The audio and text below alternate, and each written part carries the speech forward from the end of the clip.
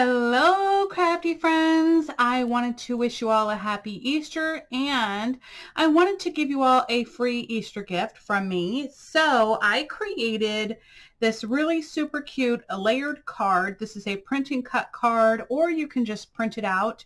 You can also print and then cut it yourself with your scissors if you want to, okay? So this is completely up to you.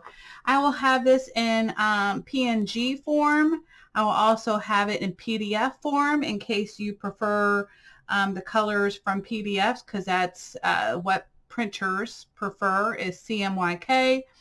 And then also I have it in JPEG format in case you don't have a PDF reader, or, you know, who knows. Anyway, I just thought I would share this for you. This is a 5x7 card, okay? So this image is a little bit smaller than 5x7. You could minimize it if you are able to do that and fit it on a smaller card if you want to. But the measurements that I'm going to give you in the Cricut tutorial, which is coming up next, and the measurements are going to be the same, whether you put it in Silhouette, Brother Scan and Cut, you know, or Cricut. All the measurements should be the same, well, hopefully, but it's up to you. You can kind of size it down to how you want to, and I'll show you that in just a minute. But I love this little layered look, and I also did one without the layered look. So this layered look, it starts off with this, right? And then the next image you're going to have is the house, and then I just kind of popped that up. And also the following image after that, you have the house with the bunny, right? And then the following image after that, you have the bunny with the basket and everything. And then also we have this butterfly, okay? So I want to show you, all I did was use the square little foam dots from the Dollar Tree, right? That kind of took me a little bit longer. I actually ran out of my favorite roll of, I believe it is super glue. Super glue has a roll of foam tape that I've been using for years, and I absolutely love it. But now in the Dollar Tree spot for crafters, they now have these little smaller squares, and I think they even have the tape too, because I know I've used that. But anyway, I really love how this card came out, and I hope you all like it too. So again, it is 3 layers. So you have your base layer, your middle layer, and then your top layer, okay? And again, the bunny and the butterfly are on the top layer. The Happy Easter is already written on there for you. You don't even have to worry about it, see? So this is what it's going to look like without it being popped up, right? Then we also have a generic sentiment on the inside, and I did personalize these, okay? So yours will not be personalized, but you can take this into Google Docs or any PDF doc and edit your, you know, add your name in. You will not be able to edit the sentiment. That is permanent. Okay, and it says, may the joy of the Easter season fill your heart with joy. I kind of left it generic. I am religious, but there are a lot of people out there that aren't. So I want to be able to have both in here. And also I just wanted to explain, so let's say you just don't want to say sincerely, right? So I kind of Googled it, and I was like, okay, what are other words that I can use other than sincerely? And so we have kindest regards. So I really like that one, because I mean, this is my daughter's boyfriend's family, right? So I don't know them personally that well. I know his mom, but not his dad's side of the family. So we also have my sister, and of course I added in love, right? And then for my neighbors, I put your neighbors, right? So I just thought that was kind of fun to do, other than sincerely. But again, so this is a 5x7 card. I made mine just a smidge smaller than that, so that it could fit in the 5x7 envelope. So anyway, it should, but because, actually, hold on. You would not have to make this a little bit smaller, okay, if you were doing it without the layers, okay? So traditionally, this could be a 5x7 card, and then you could just pop it right in, right? But with the layers, you're going to want to make a little bit more room to fit in that envelope, and so that's why I do that. And let me see if I can get out my little scale, because this should be under an ounce.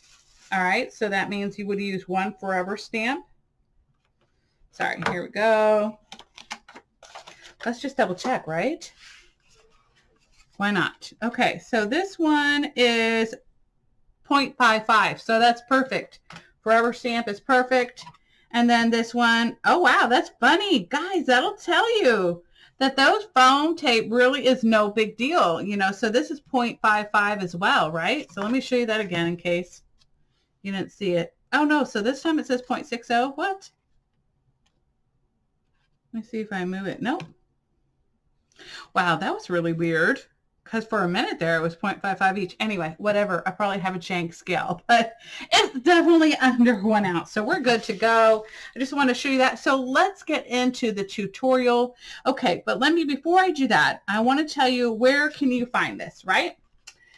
You can find this in my Facebook group, Salty Beach Scrappers. So this will be free for the next 48 hours, and then I will remove the file. Again, this file cannot be shared. Everything is copyrighted, okay? So you can download the file and use it yourself for personal use only. And if you want to sell these cards, it has to be a physical card. Okay, so it cannot be the file itself. I hope you'll understand that. So basically, if you make these like this in a physical form, you can sell it, okay? Just want to let you know that because I know I have a lot of people come back and ask me, hey, can I sell this? I'm like, the file itself? No, but if you make it, yes. So anyway, guys, I hope you all enjoy your Easter, and let's get on into the tutorial next. Okay, so first of all, if you want to do the card, this is the measurements I have it set at. I have it set by 10 inches wide by 6.85 inches in height, okay? And then of course I added a score line down in the middle, right? So that is up to you if you want to do that, or you can just cut them out and fold them yourself. So it's up to you. I always like to do it so that it looks a little more professional because sometimes I mess up. So let me turn that off. And then I'm going to go ahead and turn on, let me try to get to the base. This should be the base of the card, right? So you can set this to print and cut if you want to. All right, so that's how I have it set in here. And I set the file to 4.75 by 6.75. And then I was able to add in, okay, so I was able to add in